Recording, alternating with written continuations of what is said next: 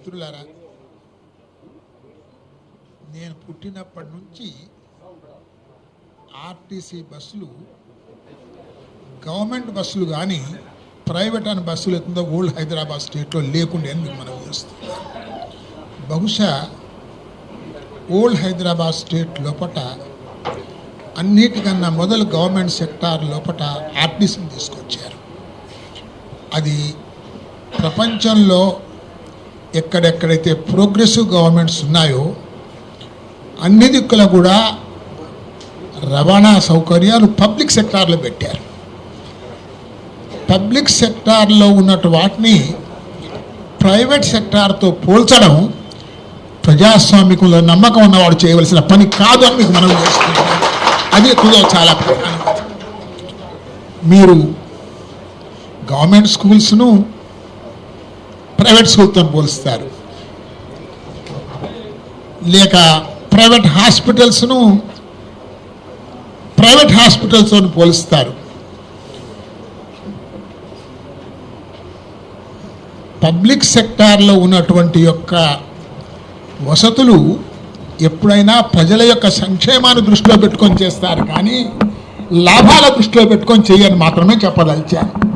నేను మాత్రం ఈ ప్రభుత్వం ప్రజల ప్రభుత్వం అనుకుంటున్నాను కాబట్టి ఇప్పటి వరకు దయచేసి మాత్రం లాభాలు నష్టాలు అనే దాని మీద బేరీజ్ వేసి మాత్రం ఆర్టీసీని చూడొద్దని మాత్రమే నా యొక్క మనవి అని మీకు మనం చేస్తున్నాను. అది చాలా ప్రధానమైనది. ఫండమెంటల్గా నేను డిఫర్ అవుతాను. నేను ఇది పోల్చడం అవుతుందో లాభమా నష్టం అనేది అవుతుందో అది ఎవరికి ఉపయోగపడుతున్నది, దాని యొక్క లక్ష్యం ఏమిటిది, ఇవి వీటిని దృష్టిలో పెట్టుకోవాలి. కానీ ఇది లాభమా నష్టమా అనేది చూస్తే ప్రజల యొక్క సౌకర్యమే నాకు లాభం అని మనం చేస్తూ ఉన్నాను. అది చాలా ప్రధానం. అందుకోసమై ఎక్కడో ఉన్నటువంటి ప్రజలకు మీరు ఈ రవాణా సౌకర్యం కలిగిస్తున్నందుకు మాత్రమే నేను కృతజ్ఞత చెప్పడానికి ఇక్కడికి వచ్చానని మాత్రమే చెప్పగలిచాను. అది వచ్చేదానికి కారణం అది. గ్రామాల లోపల మేమేమి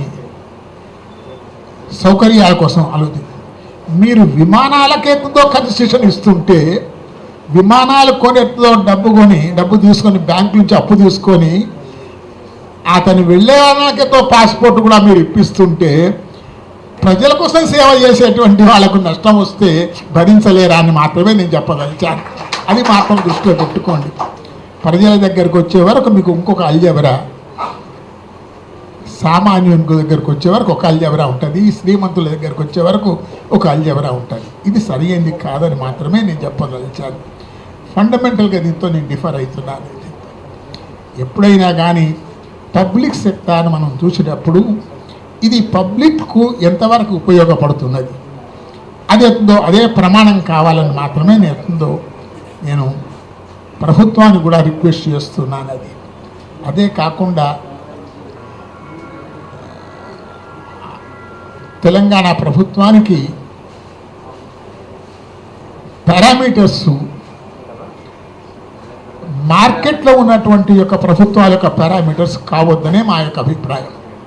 మనం ఉద్యమం కాలంలోనే చెప్పాం కదా, అంటే మీరు ఇప్పటి వరకు మార్కెట్ ద్వారా అడిగే ప్రభుత్వాలను చూస్తున్నారు, కానీ రేపు తెలంగాణలో ఏర్పడే ప్రభుత్వం ప్రజాప్రభుత్వం కాబోతుందని అన్నాం. కాబట్టి ప్రజాప్రభుత్వాలు మార్కెట్ యొక్క ఆదర్శాన్ని తీసుకోవద్దని మాత్రమే నేను మరొకసారి నేను విజ్ఞప్తి చేస్తూ, దయచేసి మిత్రులందరూ కూడా లాభాలు నష్టాలతో లెక్క పెడుతున్నారు.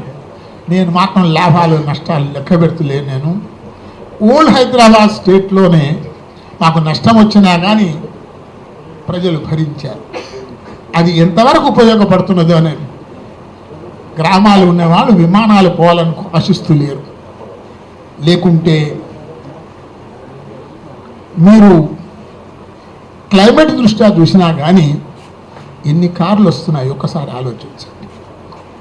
బహుశా హైదరాబాద్ రోడ్డు పైన ఏ కొత్త కారు వచ్చినా కానీ హైదరాబాద్కే వస్తున్నది. అదొక్కసారి మీరు ఒకసారి ఆలోచించండి. ఒకవైపున మీకు దరిద్రం కనబడుతుంటుంది.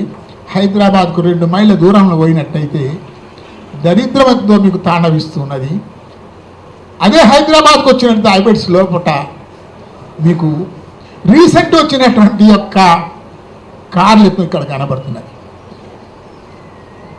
పబ్లిక్ కన్వీనియన్స్ తక్కువ చేస్తే ఇంకా అందులో కార్లు ఎక్కువైపోతే కలుషితమైన వాతావరణం అవుతుంది. ఇప్పటికే గాలిని పీల్చుకోలేకపోతున్నాం మేము. వాకింగ్ కోసం ఎక్కడెక్కడో పోవలసి వస్తున్నది.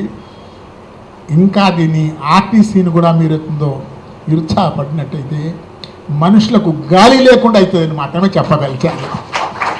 కాబట్టి దయచేసి మాత్రం ఆర్టీసీ యొక్క ఆలోచిస్తున్నప్పుడు ఈ ప్రభుత్వానికి పారామీటర్స్ వేరే ఉండాలని దాన్ని దృష్టిలో పెట్టుకొని ఆ ప్రజల యొక్క సమస్యలు కూడా పరిష్కరించాలని మాత్రమే నేను రిక్వెస్ట్ చేస్తూ సెలవు తీసుకుంటాను.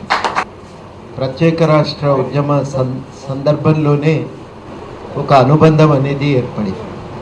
చాలా కీలకమైనటువంటి సమయాల్లో సమ్మె చేసి తెలంగాణ రాష్ట్ర సాధన ఉద్యమాన్ని బతికించటమే కాక రాష్ట్రాన్ని సాధించడంలోనూ ఆర్టీసీ కార్మికులు చాలా కీలక పాత్ర పోషించారు.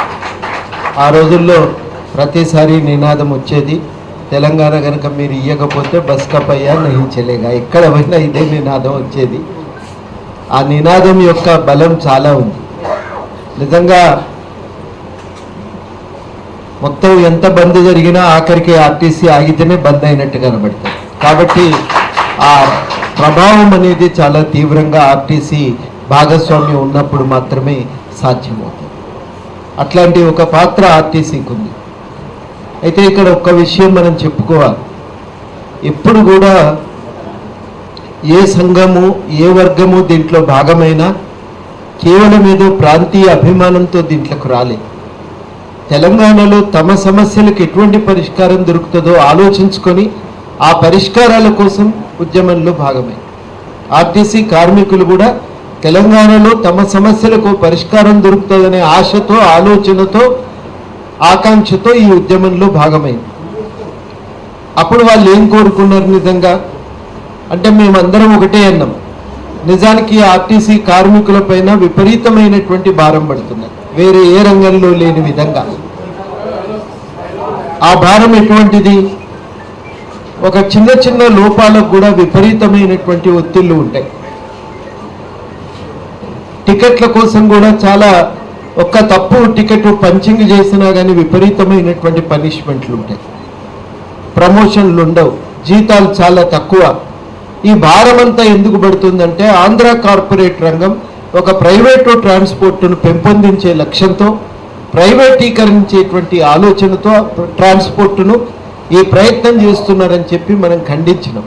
కనుక ఆంధ్ర కార్పొరేట్ పెత్తనం అనేది కనుక మన మీద నుంచి పోతే ఆర్టీసీ పునర్వ్యవస్థీకరణకు, ఆర్టీసీని బాగా నడిపించుకోవటానికి, దాన్ని ప్రజా రవాణా సంస్థగా పెంపొందించుకోవటానికి అవకాశం దొరుకుతుందని చెప్పి అనుకున్నాం. ఇవాళ తెలంగాణ ఏర్పడింది కాబట్టి ఆ లక్ష్యాల కోసం ఒక ప్రయత్నం అనేది అందరం చేయవలసిన అవసరం ఉంది.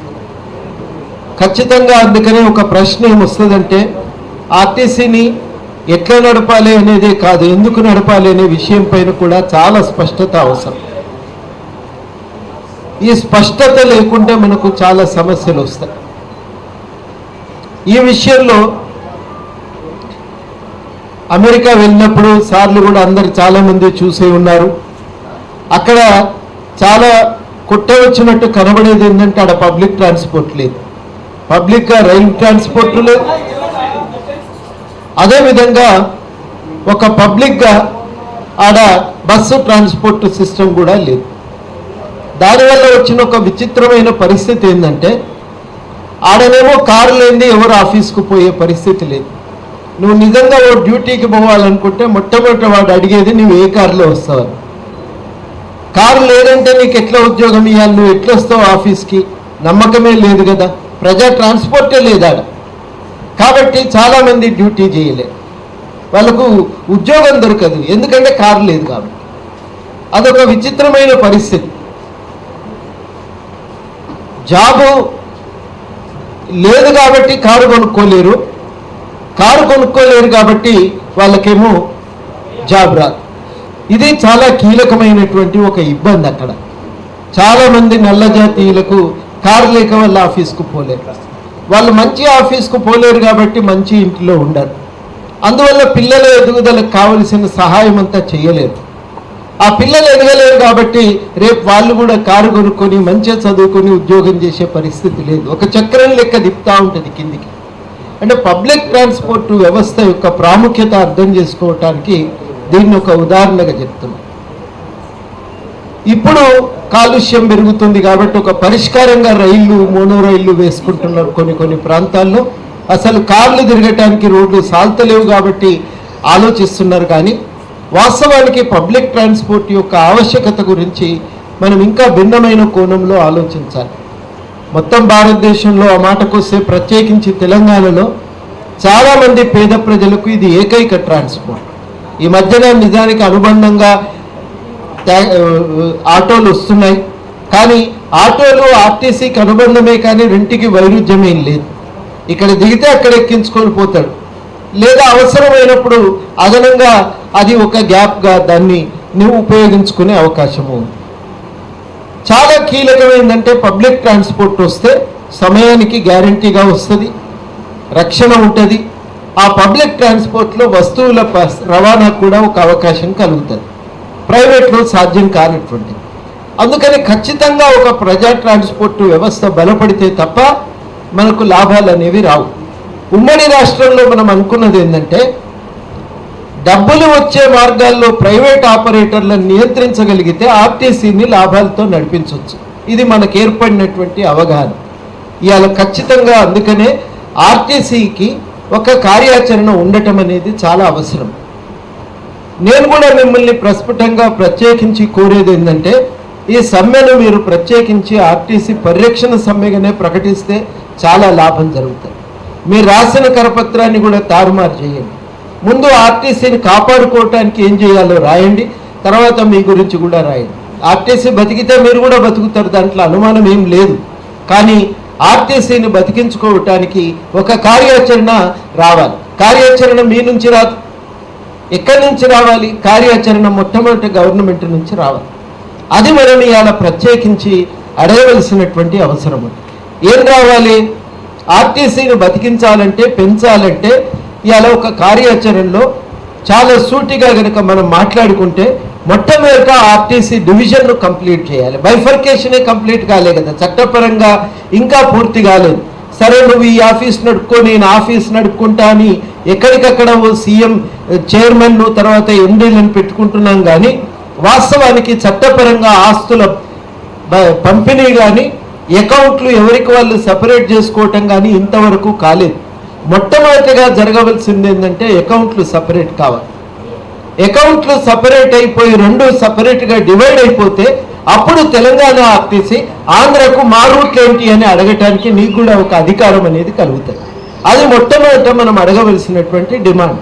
ఎప్పటిలోగా ఈ కార్యాచరణ గవర్నమెంట్ నుంచి పూర్తి చేస్తారు? ఇది చాలా సూటిగా మీరు అడగవలసినటువంటి ప్రశ్న. రెండవది చాలా ముఖ్యమైనటువంటి ప్రశ్న ఏంటంటే ప్రైవేటు ఆపరేటర్ల పైన నియంత్రణకు మనం ఏం చేయదలిచింది? డబుల్ నంబర్లతోని, ఒకే నంబర్తో డబుల్ బస్సులు, ఇవన్నీ కూడా నడుస్తున్నాయి కదా. మనం అనుకున్న ఈ కార్పొరేట్ రంగాన్ని నియంత్రించడం చాలా కీలకం. ఆ నియంత్రణకు కూడా ఒక ఖచ్చితమైనటువంటి కార్యాచరణ రావటము చాలా చాలా అవసరము. ఆ కార్యాచరణను కూడా సూటిగా అడగాలి. మూడోది ఏంటంటే ఆర్టీసీకి సంబంధించిన ఆదాయ వ్యయాలు, లాభ నష్టాలు ఇంతకుముందు వెంకటరెడ్డి గారు అన్నట్టు అది ఒక మిథ్యా ప్రపంచం. నువ్వు ట్యాక్సీ కడితే ఆదాయం వచ్చినట్ట, నష్టం వచ్చినట్ట? ఆర్టీసీ ట్యాక్సీ కడితే ఆదాయమే కదా. అది కూడా ఆదాయం ఆర్టీసీకి ఉందా గవర్నమెంట్కి ఉందా అనే చర్చను పక్కన పెడితే మీరు కూడా ఖచ్చితంగా లెక్కలు తీయవలసిన విషయం ఏంటంటే స్థూలంగా ఆర్టీసీ ట్యాక్స్ ఎంత కడుతుంది? ఒక సీటుకు ఒక క్వార్టర్కు ఆర్టీసీ ఎంత కడుతుంది, ప్రైవేట్ వాళ్ళు ఎంత కడుతుంది? సమానంగా కడతారా? ఎవరు సీటు ప్రైవేట్ బస్ అయితే ఈ విషయంలో నిజంగా ఆర్టీసీ కడుతున్నటువంటి ట్యాక్సెస్ మీద రేషనలైజేషన్కు అవకాశం ఉందా? ఇది ఆ గవర్నమెంట్ ఆదాయమే కదా. నువ్వు ఇటు నుంచి తీసుకొని అటు నుంచి ఇక్కడ ఇస్తావా, లేదా ఇది వసూలు చేసుడు బంద్ చేసి ఇక్కడ లాభం చూపిస్తావా, అంతే కదా తేడా. ఇది పుస్తకాల్లో అటు ఇటు అకౌంట్లు తారుమారే తప్ప కానీ దీంట్లో తేడా అనేది అయితే లేదు. కాబట్టి ఖచ్చితంగా ఈ విషయాలపైన డీజిల్ పైన ట్యాక్స్ కానీ రాయితీలు ఉంటాయా, అదేవిధంగా ట్రాన్స్పోర్ట్ వాళ్ళు మోటార్ వెహికల్ ట్యాక్స్ ఏదైతే ఇస్తారో ఆ ట్యాక్స్కు సంబంధించినటువంటి విషయాలపైన చాలా జాగ్రత్తగా ఒక విధి విధానాలు ఖరారు చేసుకోవాలి. నియంత్రణకు సంబంధించి మేనేజ్మెంట్కు సంబంధించినటువంటి విషయాలు ఉంటాయి. దాంట్లో ఎవరిని ఆర్టీసీ ఎండీగా నియమిస్తామనే దగ్గర నుంచి, ఆర్టీసీ టైర్ల ప్రొక్యూర్మెంట్ నుంచి, ఆర్టీసీ డీజిల్ ఎట్లా సేకరించుకుంటుందనే దాకా, బస్సు బాడీ బిల్డింగ్ విషయంలో ఆర్టీసీ ఏం జాగ్రత్తలు, ఇవన్నీ ఆలోచించాలి. అదేవిధంగా ప్రైవేటు బస్సులు, నిజానికి మిత్రులు చెప్తున్నది ఏంటంటే ప్రైవేటు బస్సుల వల్ల ఏం నష్టం అంటే నడిచినా నడవకపోయినా మీరు పైసలు కట్టాలి, అంతే కదా. దానివల్ల విపరీతమైనటువంటి భారము ఆర్టీసీకి పడతాయి. కాబట్టి ఆర్టీసీ తనకంటూ ఒక బస్సు వ్యవస్థను ఏర్పాటు చేసుకోవటమే ఎక్కువ లాభం అవుతుంది. ఆలోచించాలి కదా, లాభ నష్టమే ప్రమాణం అయితే అక్కడ లాభ నష్టం గురించి ఎందుకు ఆలోచించం? మొత్తం ఆర్టీసీలో లాభ నష్టం అంటాం, ప్రైవేట్ బస్సు పెట్టాలా ఆర్టీసీ కొనుక్కోవాలనే దగ్గర లాభ నష్టానికి సంబంధించిన ప్రమాణం మనం ఉపయోగిస్తలేం. ఇది ఒక విచిత్రమైన పరిస్థితి. ఎక్కడ సౌకర్యం అయితే అక్కడ లాభ నష్టం, లేకపోతే దానికి సంబంధించిన చర్చను పక్కన పెట్టడం. ఆఖరిగా నేను మొట్టమొదట చెప్పిన పాయింట్ని దృష్టిలో పెట్టుకొని కనుక మాట్లాడితే, మనం అనేది ఏంటంటే ఒక ప్రజా రవాణా వ్యవస్థగా ఆర్టీసీని పెంపొందించడం చాలా చాలా అవసరం. హైదరాబాద్లో ఇప్పటికీ కూడా బస్సులు ఎక్కలేక పిల్లలు కానీ, ఆడవాళ్ళు కానీ, ముసలి వాళ్ళు కానీ పడేటువంటి ఇబ్బందులు మామూలు ఇబ్బందులు కాదు. పీక్ అవర్స్లో ఎంత ఇబ్బంది పడతారో కూడా మీకు తెలుసు. అంతటి అవసరం అనేది ఆర్టీసీ ఇవాళ ఉంది అనేది మనకు స్పష్టంగా కనబడుతుంది. ఈ సందర్భాన్ని దృష్టిలో పెట్టుకొని ఆర్టీసీని ప్రజా రవాణా వ్యవస్థగా పెంపొందించడం మొదటి లక్ష్యంగా ఉండాలి.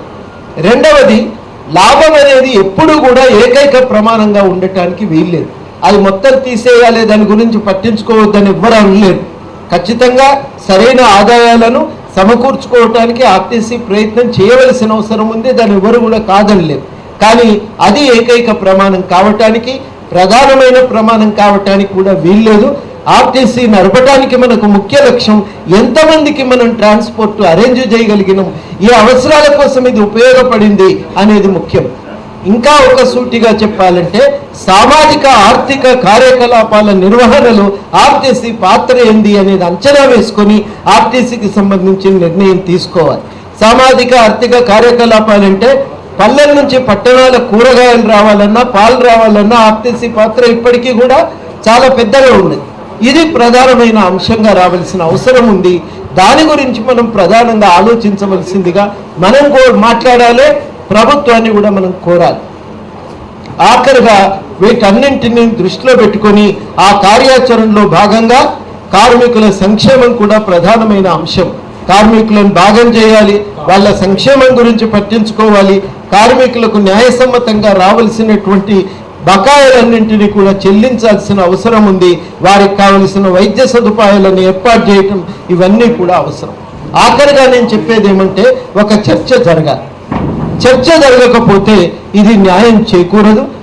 యాజమాన్యం పైన ఒక బాధ్యత ఏముంది, మీ అందరినీ పిలిచి మాట్లాడాలి. కాబట్టి ఈ సందర్భంగా మేమేం చేయగలమనేది కూడా కొంత ఆలోచించుకొని మేము ముందు పెడుతున్నాం. మొట్టమొదటిగా మేము కూడా చైర్మన్ గారిని కలిసి చర్చలు చేయం సార్, ఇది వాళ్ళు మీరు సంబంధం లేనట్టుగా వ్యవహరించడం మంచిది కాదు అనే విషయాన్ని వారికి కూడా చెప్తాం. అదేవిధంగా ఆర్టీసీ లాభాల్లో నడిపించడానికి ముందు మీ కార్యాచరణ ప్రకటిస్తే మిగిలిన వాళ్ళు సమాజం కానీ, బయట ఉన్న వాళ్ళు కానీ, కార్మికులు కానీ తమ తమ పద్ధతుల్లో దానికి స్పందించి ఓ కార్యాచరణతో రావడానికి అవకాశం ఉంటుంది. నిర్ణయం మీ నుంచి స్టార్ట్ కావాలనేటువంటి మాట కూడా వారికి ఖచ్చితంగా చెప్తాం. మూడవది మేము ప్రత్యేకంగా చెప్పదలుచుకుంది ఏంటంటే ఈ మిగతా ఆర్థిక సమస్యలన్నింటిపైన కూడా కార్మికులతో మాట్లాడి శాంతియుతమైన పరిష్కారానికి ప్రయత్నం చేయాలి అనే మాటను కూడా మేము ప్రత్యేకంగా వారికి చెప్తాం. ఇక్కడ ఒకటే మీరు గమనించాలి, సంప్రదింపులు అనేది చట్టపరమైన హక్కు. నాకు తెలిసిన కాడికి లీగల్ రైట్ సంప్రదింపులు అనేది. ఇండస్ట్రియల్ సార్ ఉన్నారు కాబట్టి చంద్రకుమార్ గారు జస్టిస్ డిస్ప్యూట్స్ అది ఒక న్యాయసమ్మతమైన హక్కు, మీకు బాధ్యత యాజమాన్యం పైన. కాబట్టి ఖచ్చితంగా ఆ సంప్రదింపులు జరపవలసిన అవసరం ఉందని చెప్పి కూడా నేను ఈ సందర్భంగా భావిస్తున్నా. ఆర్టీసీ పునర్నిర్మాణానికి అందరం కలిసి ఖచ్చితంగా సీరియస్గా ప్రయత్నం చేయాలని చాలాసార్లు అనుకున్న వాళ్ళమే.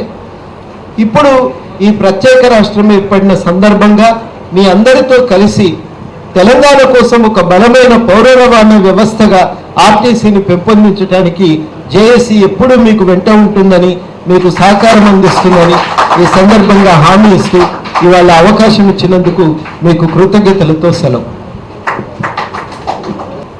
నేను ఉస్మాన్ యూనివర్సిటీలో చదివేప్పుడు మాకు ప్రభుత్వ రంగ సంస్థల మీద ప్రత్యేకంగా ఒక పేపర్ ఉంది. ప్రొఫెసర్ రామరెడ్డి గారు లండన్లో ఆ పేపర్ మీద స్పెషలైజ్ చేసి అప్పుడే వచ్చారు. మాకు ఈ ప్రభుత్వ రంగ సంస్థల మీద 1 సంవత్సరం పేపర్ అది.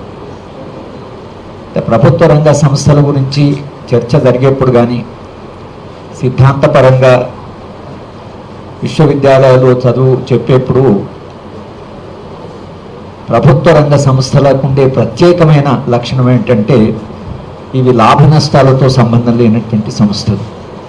కాస్ట్ బెనిఫిట్ అనేటువంటిది ప్రైవేటు రంగ సంస్థలను ఎట్లయితే లాభంతో కొలుస్తారో ఈ సంస్థలని లాభ నష్టాల బేరీజ్లో చూడకూడదు అనేది సిద్ధాంతపరంగా అంగీకరించబడి, అది మేము ఆ పబ్లిక్ సెక్టార్ అంటే గురించి మేము జవాబులు రాసేప్పుడు కూడా లాభం అనేటువంటిది దీంట్లో ఉండదు, ఎందుకంటే ఇది ప్రైవేట్ సంస్థ కాదు కనుక. మరి ఈ సంస్థలు ఎందుకున్నట్లు అంటే కోదండరాం చెప్పినట్లుగా ఇది సేవా రంగానికి సంబంధించిన అంశం. ఇది అంటే మీరు విద్య ప్రభుత్వానికి, హాస్పిటల్ నడిపితే లాభం ఏమొస్తుంది అని ఇట్లా మనం బేరేజ్ వేసిపోతే ప్రతిదాని నుంచి లాభం రాదు. పోస్టల్ డిపార్ట్మెంట్ నుంచి నష్టం వస్తున్నది అని పోస్టల్ ఎంప్లాయీస్ ఎక్స్ట్రా డిపార్ట్మెంట్ 3 లక్షల మంది ఉన్నారు దేశంలో. నేను అప్పుడు ప్రధానమంత్రితో మాట్లాడాలన్నప్పుడు ప్రధానమంత్రి ఆఫీస్ నుంచి చౌహాన్ అనేట ఆయన, పృథ్వీరాజ్ చౌహాన్, ఆయన ఇంటికి పిలిచాడు. నేను పోస్ట్ మ్యాన్ తీసుకొని వెళ్ళాను. వెళ్ళి ఆయనతో చర్చ జరుపుతుంటే మాకు చాలా నష్టం వస్తుందని చెప్పాడు. మాకు పోస్టల్ డిపార్ట్మెంట్ నుంచి నష్టం వస్తున్నది అన్నప్పుడు నేను ఆయనతో ఒక మాట ఏమన్నానంటే, డిఫెన్స్ మీద మనం 2,70,000 కోట్లు ఖర్చు పెడుతున్నాము, మీకు ఏం లాభం వస్తున్నది అని అడిగాను. అంటే డిఫెన్స్ మీద ఏం లాభం వస్తుంది? ఇప్పుడు ఆంధ్రప్రదేశ్ మన తెలంగాణ సెక్రటేరియట్ ఉంది, దాంట్లో లాభం ఏమొస్తుంది? సెక్రటేరియట్ మీద ఖర్చు ఉంటుంది కానీ లాభం ఉండదు. విశ్వవిద్యాలయం మీద మనం ఖర్చు పెడతాము, లాభం ఏముంటుంది? కొన్ని రంగాలకి లాభ నష్టాలు అనేటువంటి ఫ్రేమ్వర్క్ ఉండదు. దానికి కేవలం సేవారంగం కోదని చెప్పినట్లుగా సామాజిక ఆర్థిక పురోగతిలో, ఒక సమాజ నిర్వహణలో, ఒక సేవారంగంగా మనుషులను ఒక దగ్గర నుంచి ఇంకో దగ్గరికి చేర్చడం కొరకని, ఆ సేవలు అందించడం కొరకు సమాజంలో ట్రాన్స్పోర్ట్ అనేది ఉంటుంది. కనుక ట్రాన్స్పోర్ట్ రంగాన్ని ఎప్పుడైతే వీళ్ళు పోస్టల్ డిపార్ట్మెంట్ను, ఇన్సూరెన్స్ డిపార్ట్మెంట్ను అన్నింటి దీనికి తీసుకొచ్చారు. అప్పుడు మనం ఇంకో ప్రశ్న కూడా అప్పుడు ప్రభుత్వాన్ని అడిగాం, మనం మీకు ఇన్కమ్ ట్యాక్స్ డిపార్ట్మెంట్ ద్వారా ఎంత నష్టం వస్తున్నది అని అడిగాను నేను. ఇన్కమ్ ట్యాక్స్ 3 లక్షల 4 లక్షల కోట్లు సంపాదిస్తారు, నష్టం ఎంత వస్తున్నది మీకు ఇన్కమ్ ట్యాక్స్ డిపార్ట్మెంట్ అంటే? ఇన్కమ్ ట్యాక్స్ డిపార్ట్మెంట్ నష్టం ఎట్లుంటుంది సార్ అన్నట్టు. సెంట్రల్ ఎక్సైజ్ ఏం నష్టం వస్తుంది? అవన్నీ ఆదాయం. అక్కడ లాభమే ఉంటుంది, మొత్తం ఆదాయం ఉంటుంది. ఎక్సెప్ట్ ఇన్కమ్ ట్యాక్స్ ఆఫీసర్ జీతాలు తప్పించి మిగతా అంతా ప్రభుత్వ ఆదాయమే. దాన్ని ఎవరి మీద ఖర్చు పెడతారు? ఎక్కడ ఖర్చు పెడతారు దాన్ని? అది సేవారంగం మీద ఖర్చు పెడతారు. ప్రభుత్వం ఒక రంగం నుంచి వచ్చిన ఆదాయాన్ని ప్రజలకు కావాల్సిన సేవారంగం మీద ఖర్చు పెట్టాలి. విశ్వవిద్యాలయాలు నడుపుతారు, హాస్పిటల్ నడుపుతారు, ట్రాన్స్పోర్ట్ నడుపుతారు. ఈ ప్రైవేట్ రంగము, ప్రైవేటీకరణ అనేటువంటిది బలంగా వచ్చి మార్కెట్ భావజాలం ఎప్పుడైతే బలంగా మారిందో అప్పటి నుంచి మొదలైంది. దాంట్లో నష్టం వస్తున్నది, దీంట్లో నష్టం, ఎలక్ట్రిసిటీలో నష్టము, ఆర్టీసీలో నష్టము, విద్యలో నష్టము, హాస్పిటల్ నడిపితే మాకేం ఆదాయాలు రావడం లేదనే ఒక దుర్మార్గమైనటువంటి ఒక సిద్ధాంతాన్ని నూతన ఆర్థిక పెట్టుబడిదారు వ్యవస్థ కూడా తీసుకురాలేదు. పెట్టుబడిదారు వ్యవస్థ కూడా కొన్ని ప్రమాణాలు ఉన్నాయి. కానీ ఈ నయా ఆర్థిక విధానం ఏదైతే మన దేశంలోకి 83 నుంచి ప్రారంభించి 91లో అది ఒక పెద్ద పరాకాష్ఠకు చేరుకుందో అప్పటి నుంచి ప్రతిదాన్ని లాభంతో చూడడం మొదలుపెట్టాం. మీరు చాలా ఆశ్చర్యపోతారు. మా దగ్గర హెల్త్ ఎకనామిక్స్ మీద ఒక ప్రొఫెసర్ ఉండేవాడు, కృష్ణమూర్తి. ఆయన దేని మీద పరిశోధన చేశారంటే, హార్ట్ ఆపరేషన్ అయిన తర్వాత ఆ హార్ట్ ఆపరేషన్ చేసుకున్న ఆయన ఒకవేళ 3 లక్షలు ఖర్చు అయితే ఆయన బ్రతికిన ఇంకా 5 ఏళ్ళు 10 ఏళ్ళు ఆ 3 లక్షల కాంట్రిబ్యూషన్ చేస్తున్నారా లేదా? ఆయన 3 లక్షలు ఒకవేళ కాంట్రిబ్యూట్ చేయకపోతే ఆ ఆపరేషన్ ఎకనామికల్లీ నాన్ వయబుల్. అంటే మనిషి ప్రాణాన్ని కూడా లాభ నష్టాల్లో చూసేంత దూరము ఈ మార్కెట్ లాజిక్ తీసుకెళ్ళి, అంటే ఆలోచనలోనే ఒక దుర్మార్గం వచ్చింది, ఆలోచన ఒక అమానవీయమైనటువంటి పరిస్థితి వచ్చింది. అందుకని మనం ఇక్కడ ఆర్టీసీ లాభమా నష్టమా అంటే బాగా నడవాలి, సమర్థవంతంగా నడవాలి, జనానికి నిజంగా ట్రాన్స్పోర్ట్ రావాలి, ప్రతి వాళ్ళు సమయానికి తమ ఆఫీస్ చేరుకోవాలి, అమ్ముకునే వాళ్ళు చిన్న చిన్న వ్యాపారస్తులు వాళ్ళంతా పని చేసుకోవాలి, వాళ్ళందరినీ ఒక దిక్కు నుంచి మనం లక్షలాది మందిని ఒక స్థలం నుంచి ఇంకో స్థలానికి చేరుస్తున్నాం. దీన్ని మనం ఎట్లా కొలుస్తారు అసలు? ఈ సేవను ఎట్లా కొలుస్తారు మీరు? నేను పృథ్వీరాజ్ చౌహాన్ ఒక ప్రశ్న అడిగాను, సార్ మీరు పోస్టల్ డిపార్ట్మెంట్లో నష్టం వస్తుందని అంటున్నారు, ఒక సోల్జరు ఎక్కడో కాశ్మీర్లో ఉండి తన తల్లికి ఒక ఉత్తరం రాస్తే, అతను దళితుడైంది తల్లికి ఉత్తరం రాస్తే, ఆ పోస్ట్ మ్యాన్ ఆ ఉత్తరం తీసుకెళ్ళి, అయ్యా నాకు చదువు రాదు నువ్వే ఉత్తరం చదువంటే, నేను చాలా బాగున్నాను ఇక్కడ నాకు అంత బాగుంది అని కొడుకు రాస్తే, తల్లి ఆనందంతో కళ్ళ నీళ్ళు పెట్టుకుంటే మీరు ఎట్లా దాన్ని కొలుస్తారు లాభ నష్టాలు అని అడిగాను. అడుగుతూనే ఆయన షాక్ దింపాడు. ఆయన ఒక మాట ఏంటంటే, ప్రొఫెసర్ ఇది వెరీ డిఫికల్ట్ టు ఆర్గ్యూ, కానీ మీరు చిదంబరంతో ఇది ఆర్గ్యూ చేస్తారా అన్నాడు. చిదంబరంతోనే ఆర్గ్యూ చేసి, ఎందుకంటే మాకు వచ్చిన ప్రాబ్లం ఆయనతోనే, ఫైల్ కూడా తీసి పడేస్తున్నాడు. ప్రభుత్వ ఉద్యోగం అన్నా ప్రభుత్వ రంగ సంస్థలన్నా ఏదన్నా కూడా ప్రైమ్ మినిస్టర్ రాసినా కూడా ఫైల్ తీసి కింద పడేస్తున్నాడు. ఇప్పుడు ఆ చిదంబరం ఎక్కడున్నాడు? ఆ చిదంబరం ఏమయ్యాడు? ఆ చిదంబరం ప్రజల దగ్గరికి ఎందుకు రావడం లేదు? చిదంబరం ప్రజల దగ్గరికి ఎందుకు రావడం లేదంటే చిదంబరం ముఖం లేదు రావడానికి, లాభ నష్టాలు చూశాడు, కానీ ప్రజల ప్రయోజనాల దృష్ట్యా చూడలేదు. ప్రజల ప్రయోజనం దృష్ట్యా చూడని వాడు ప్రజల దగ్గరికి ఎన్నికల్లో కూడా రాలేకపోతున్నారు. ఇది మనం చాలా స్పష్టంగా అర్థం చేసుకోవాలి. రాజకీయ నాయకులు అర్థం చేసుకోవాల్సిన ఏంటంటే, అంతిమంగా ఎన్నికల రాజకీయాల్లో కూడా ప్రజా ప్రయోజనాలు బట్టే వాళ్ళు ఓట్లు వేస్తారు. ఎందుకు కాంగ్రెస్ పార్టీ ఓడిపోయింది? ఎందుకు చిదంబరం కొడుకు డిపాజిట్ పోయింది? ఎందుకు కపిల్ సిబాల్ ఓడిపోయాడు? ఎందుకు కమల్నాథ్ గెలవలేదు? ఏమైంది వీళ్ళందరికీ? వీళ్ళంతా చాలా కష్టపడి పనిచేసిన వాళ్ళే, కానీ ఇంత కష్టపడి పని చేసాము, అంత కష్టపడి చిదంబరం అధికారం మీరు ఊహించలేరు, అంత అధికారాన్ని చెలాయించాడు, ఒక్క ఓటు సంపాదించలేదు, ప్రభుత్వానికి ఒక్క ఓటు రాలే ఆయన వలన. అంటే ఇది ఎక్కడ ఎన్నికల రాజకీయాలు ఉన్నటువంటి సమాజంలో కూడా 5 ఏళ్ళు ప్రజా ప్రయోజనాలను పట్టించుకోకుండా లాభ నష్టాలని, మార్కెట్ రాజకీయాన్ని, కాంట్రాక్ట్ అని, ప్రైవేట్ వాళ్ళని, వచ్చినటువంటి సంపదను ప్రైవేట్ వారికి అప్పచెప్పి ఎన్నికలప్పుడు మళ్ళీ డబ్బులు ఖర్చు పెట్టి గెలిచేటువంటి ఒక ప్రక్రియ వచ్చింది. వారికి ఎందుకు ప్రైవేట్ వాళ్ళకి ఇంత చేస్తున్నానంటే, వాడు ఎన్నికలప్పుడు డబ్బులు ఇస్తాడు, ఆ డబ్బులు ఇచ్చి మళ్ళీ ఎన్నికల్లో గెలవాలి, ఎన్నికలు గెలిచినాక మళ్ళీ వాడికి లాభం చేయాలి. కానీ ప్రజలు ఏమవుతున్నారు, సమాజం ఏమవుతుంది, ప్రజా సంక్షేమం ఏమవుతుంది, అక్కడ ఉండే మనిషి జీవితం ఏమవుతుంది? పాలన దేని కొరకు? ఏ ప్రభుత్వం అయినా పాలించే దేని కొరకు? పాలన అనేది అట్టడిన ఉండే మనిషి కాస్త మనిషిగా జీవించడం కొరకు. అంతిమంగా ఏ పాలన అయినా ఒక అట్టడిన ఉండే మనిషి, ఆకలితో ఉన్న మనిషి, అన్యాయానికి గురైన మనిషికి ఒక న్యాయం జరిగి వాడు మనిషిగా జీవించేటువంటి దిశగా పోవడమే ఒక ప్రజాస్వామ్య వ్యవస్థ, నాగరికత, పాలన. ప్రజలు గుర్తుపెట్టుకునేది కూడా వాళ్ళని. ప్రజలు గుర్తుపెట్టుకుని ఎవరు ఏ ముఖ్యమంత్రిని గుర్తుపెట్టుకున్నారు? ప్రజలు ఇందిరాగాంధీని పేదరికాన్ని గురించి మాట ఇప్పుడు కూడా మా అమ్మ అంటున్నారు. ఎన్టీ రామారావు 2 రూపాయల కిలో బియ్యం ఇచ్చాడు, ఇప్పుడు కూడా ఎన్టీ రామారావు 2 కిలోల బియ్యం ఇచ్చాడు. వాడు గుర్తుపెట్టుకుని అదే. వీళ్ళు ఏం చేశారనే కాదు, అంతిమంగా సంక్షేమం చేసిన వాళ్ళకే ప్రజల్లో ఆదరణ దొరికింది. నువ్వు ట్రాన్స్పోర్ట్ డిపార్ట్మెంట్ నువ్వు చాలా చీప్గా కూరగాయలు అమ్ముకునే వాళ్ళకి నువ్వు ధరలు పెంచి మాకు లాభం రావాలి, నష్టం వస్తున్నది అంటే, ఆమె కూరగాయలు అంత అమ్మితే రావాలి కదా, కనీసం బస్ ధరన రావాలి, బస్సు ఫేర్ అన్న రావాలి కదా. పేద పేద వాళ్ళంతా ట్రావెల్ చేస్తుంటారు, వాళ్ళ దగ్గర ఆదాయం ఉండాలి కదా.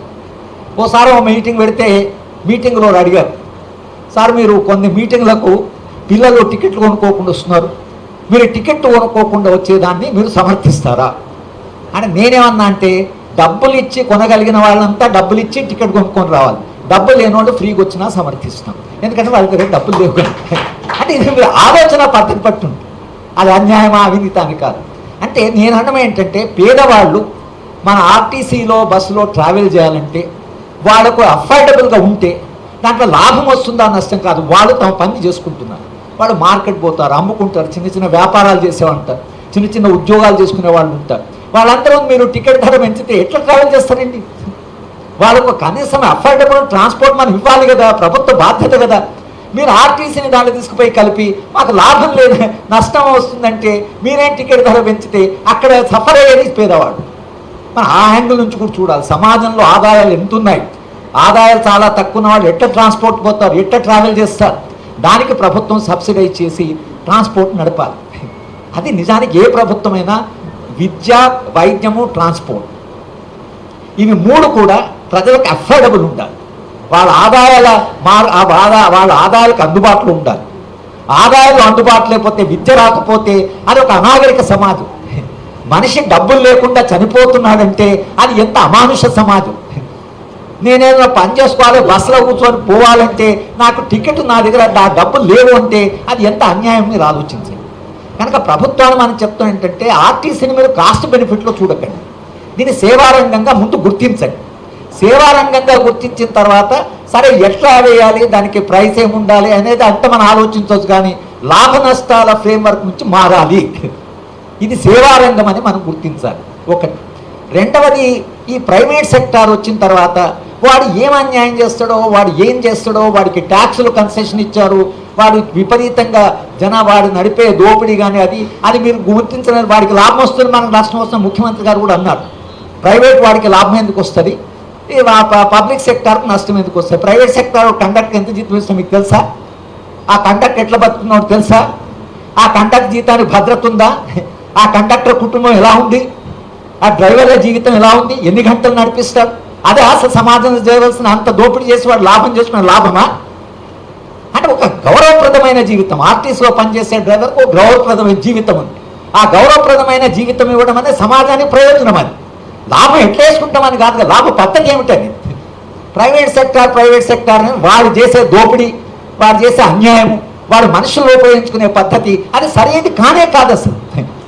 నిజానికి మేము చదువుకునే కాలంలో పబ్లిక్ సెక్టర్ అంటే ప్రభుత్వ రంగ సంస్థల్లో ఉండే ఉద్యోగికి ఉండే గౌరవం, ఆ ఉద్యోగికి ఉండేటువంటి ఆయన ఆత్మగౌరవం ఏదైతుందో అట్లా ప్రైవేట్ సెక్టార్ ఉద్యోగి ఉండాలి.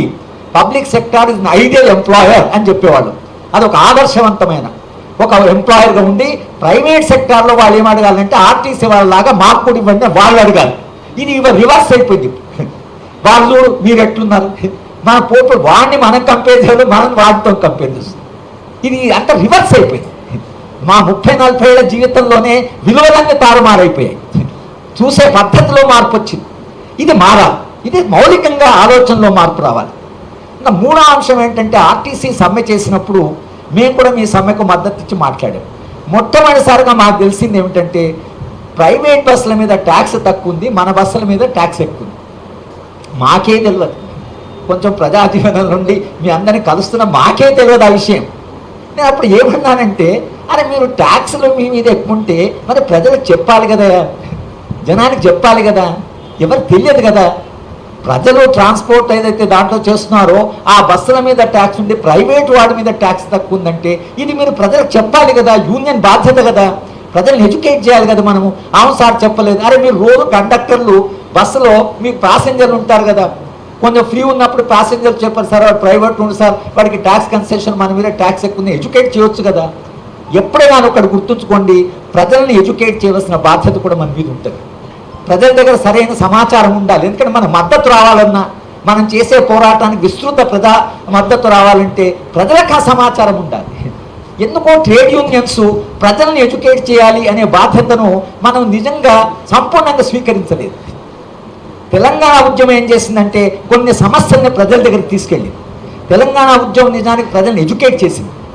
తెలంగాణ ప్రజలకు ఉన్నంత సమాచారం ఈరోజు బహుశా భారతదేశంలో ఏ సమాజంలో ఏ ప్రాంతంలో కూడా అంత సమాచారం ప్రజల దగ్గర చేరుకుంది. అది ఒక 10 ఏళ్ల ఉద్యమం కాబట్టి దాంట్లో పౌర సమాజం నుంచి పెద్ద పాత్ర ఉంది కాబట్టి అకాడమిక్స్ వచ్చారు, జర్నలిస్ట్ వచ్చారు, చాలా ప్రజారంగం నుంచి భిన్న రంగాల నుంచి జనం వచ్చారు, డాక్టర్లు వచ్చారు, లాయర్లు వచ్చారు.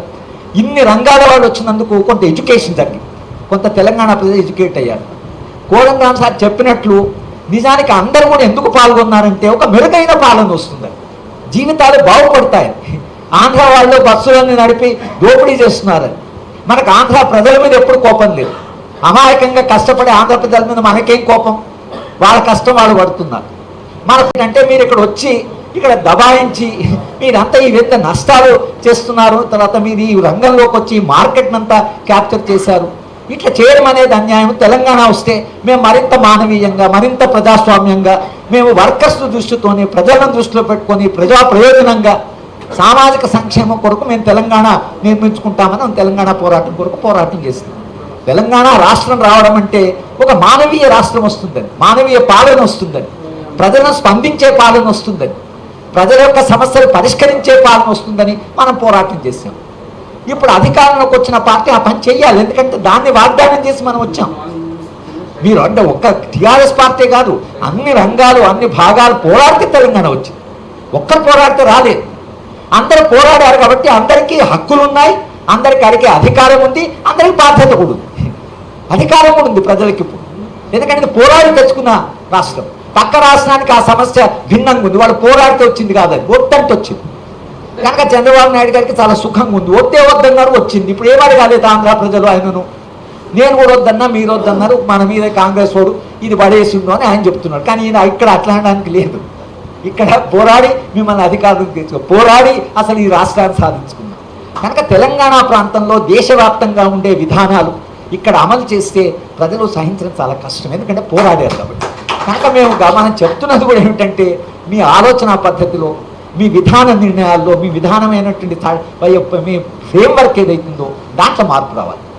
అందుకని మనం అభివృద్ధి దశ లేదా అభివృద్ధి దిశ ఇది సరిగా లేదేమో అనేటువంటి ఒక భయము, ఒక ఆందోళన మాకుంది. అదే విషయం మేము చెప్తున్నాం. పౌర సమాజానికి సంబంధించిన కూడా ప్రభుత్వానికి మేము ఏం చెప్తున్నామంటే, మన దిశ సరిగా ఉన్నట్లు లేదు, తెలంగాణ ప్రజల ఆకాంక్షల దిశగా పోతున్నట్లుగా లేదు. దాంట్లో మేము కూడా ఉన్నాం కాబట్టి కాస్త వినండి, ఈ ఫ్రేమ్వర్క్ గురించి ఆలోచించండి, అభివృద్ధి నమూనా గురించి పునరాలోచించండి, మళ్ళీ అదే నమూనాను తీసుకొచ్చి ప్రజల మీద రుద్దకండి అనేటువంటి విషయాన్ని ఏదైతుందో మన ప్రభుత్వానికి నిరంతరంగా చెప్తున్నాం. వాళ్ళు కలిసినా కలవకున్నా, మంత్రులు మనం కలిసినా కలవకున్నా, మీరైతే మమ్మల్ని కలుస్తున్నారు కదా, మేము మిమ్మల్ని కలుస్తున్నాం, మీరు మమ్మల్ని కలుస్తున్నారు. ఇదైతే కొనసాగుతుంది. మీ తరఫున మేము మాట్లాడతాం, మమ్మల్ని మీరు మాట్లాడమంటే మీ తరఫున రాస్తాం, మీ తరఫున మళ్ళీ వెళ్ళి జనాన్ని ఎడ్యుకేట్ చేయడం ఆ బాధ్యత మాది. ఎందుకంటే తెలంగాణ తేవడంలో మనం కూడా చిన్న ఉడత భక్తిలాగా కొంత పాత్ర నిర్వహించాం కాబట్టి జనం మమ్మల్ని అడుగుతున్నారు, సార్ తెలంగాణ వస్తే బాగుపడుతుంది, ఆర్టీసీ మీరు సమ్మె చేసినప్పుడు వచ్చి మేము చెప్తాము తెలంగాణ వస్తే మన ఆర్టీసీ బాగుపడుతుంది, ఎలక్ట్రిసిటీ ఎంప్లాయీస్ పోయి చెప్తాము తెలంగాణ వస్తే బాగుపడుతుంది చెప్తాము, విద్యాలయాలు తెలంగాణ వస్తే మీ విశ్వవిద్యాలయం బాగుపడు, ఇవన్నీ మనం చెప్తాం కదా. చెప్పినందుకు తర్వాత మనం ఇప్పుడు తప్పించుకోవడానికి కూడా లేదు, చెప్పినాం కదా. అందుకని తెలంగాణ వచ్చిన రోజు నేను నిద్రలేని రాత్రి అని రాశాను. అందరూ ఆనందంగా నన్ను కౌగులించుకొని అమరవీరుల స్తూపం దగ్గర నా కాళ్ళ మీద పడ్డారు, ఏడ్చారు, కౌగులించుకున్నారు. కానీ నాకు నిద్ర రావాలి. ఎందుకంటే తెలంగాణ వచ్చిన తర్వాత ఏం జరుగుతుందో ఆందోళన, పరిస్థితి ఇంప్రూవ్ కాకపోతే మనం పట్టుకొని అడుగుతారు కదా అని. ఎందుకు తెలంగాణ మద్దతు ఇచ్చారని మాట్లాడతారు. మీ మధ్యన మేము ఉంటాం కదా, అక్కడ వాళ్ళు కలవకపోవచ్చు, మంత్రులు ముఖ్యమంత్రులు కలవకపోవచ్చు, కానీ మేము మిమ్మల్ని కలవడానికి రానికి రాదు కదా, మీరు కదా మేము ఉన్నాం.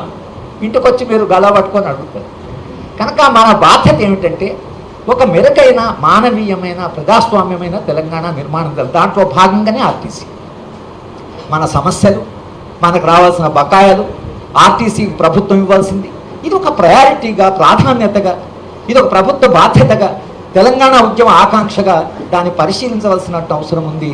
తెలంగాణ ప్రభుత్వ ఆలోచన విధానంలో, విధాన నిర్ణయంలో కొన్ని మౌలికమైనటువంటి మార్పులు చేయవలసిన అవసరం ఉంది. ఇది 2 ఏళ్ళు అయింది, ఇంకా 3 ఏళ్ళు ఉంది. ఈ ఆలోచన విధానంలో ఆ దిశ ఏదైతుందో దాన్ని మరొకసారి ఆలోచించుకోవాల్సిన అవసరం ఉన్నదనేది, దాంట్లో భాగంగానే ఆర్టీసీ సమస్యల పరిష్కారం జరగాలని మరోసారి తెలంగాణ ప్రభుత్వానికి మీ తరఫున విజ్ఞప్తి చేస్తూ, మనము ఇలాగే పోరాటం అయితే చేస్తూనే ఉంటాం. తెలంగాణ ప్రజలకు అలవాటైంది పోరాటాలు, అన్యాయం తప్ప ఊరుకో, ఇది మాత్రం స్పష్టం. నాకైతే ఆ విశ్వాసం ఉంది, తెలంగాణ ప్రజలు ఊరుకో. కనుక అన్యాయం జరగకముందే ప్రభుత్వమే బాధ్యతాయుతంగా చేస్తే మళ్ళోసారి గెలిపిస్తారు, మళ్ళోసారి వాళ్ళని మనం ట్యాంక్ బండ్ చుట్టూ వాళ్ళ బొమ్మలు కట్టవచ్చు, వాళ్ళ విగ్రహాలు పెట్టుకోవచ్చు, లేకపోతే ఉన్న విగ్రహాలు తీసుకుపోయి పడేయడం కూడా వీళ్ళకి అలవాటు తెలంగాణ. అదే చెప్తున్నాడు,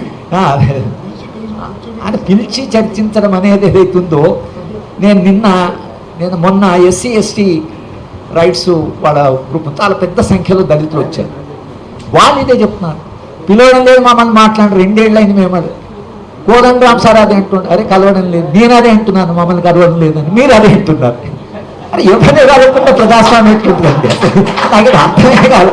ప్రజాస్వామ్యంలో రాజశేఖర రెడ్డి లాంటి ముఖ్యమంత్రి కూడా రోజు ఓ గంట సేపు పొద్దున అందరినీ కలిసేవాడు.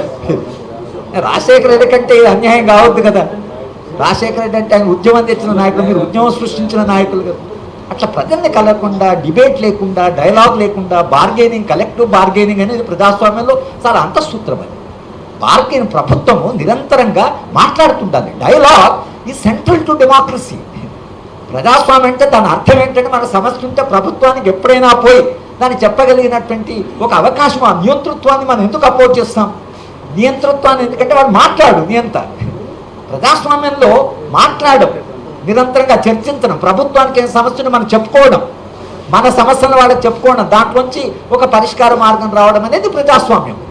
లేకపోతే ఇది ఆ పద్ధతి సఫకేట్ అయిపోతుంది. సమాజము ఎవరితో మాట్లాడకపోతే సమాజం సఫకేట్ అయిపోతుంది, ఊపిరాడని పరిస్థితి వస్తుంది.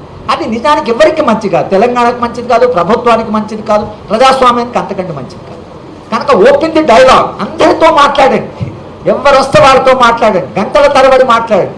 కానీ పరిష్కారాలు శాంతియుత సంభాషణ ద్వారా, చర్చల ద్వారా పరిష్కరించడమే ప్రజాస్వామ్యానికి అది నర్వస్ సిస్టమ్. అట్లా మాట్లాడకపోతే చాలా సమాజంలో అస్తవ్యస్తమైన పరిస్థితి వచ్చేటువంటి ఒక ప్రమాదం ఉంటుంది. కనుక మాట్లాడాలి, ఓపెన్ ది డైలాగ్. ఇది మన ఈ సభాముఖంగా మన ముఖ్యమంత్రి గారికి, ప్రభుత్వానికి మనం డిమాండ్ చేస్తుందంటే ఫస్ట్ మీరు డైలాగ్ ఓపెన్ చేయండి, మాట్లాడితే తర్వాత మనం ఆలోచిద్దాం. మీ సమస్య ఏంటో మా సమస్య చెప్తాం. కానీ మీరు మాట్లాడమంటే ఇది ప్రజాస్వామ్యం కాదు, ఇది ప్రజాస్వామ్య సంస్కృతి కూడా కాదు అనేది మనం ఖచ్చితంగా ఈ సందర్భంలో చెప్తున్నాం. మీరు చేసే ఉద్యమానికి మా వంతు కర్తవ్యంగా మీరేమి సహాయం చేయమన్నా, మీరు ఎటువంటి సపోర్ట్ కావాలన్నా తప్పకుండా ఇవ్వడానికి మేము సిద్ధంగా ఉన్నామని మరోసారి చెప్తూ నేను కృతజ్ఞతలు.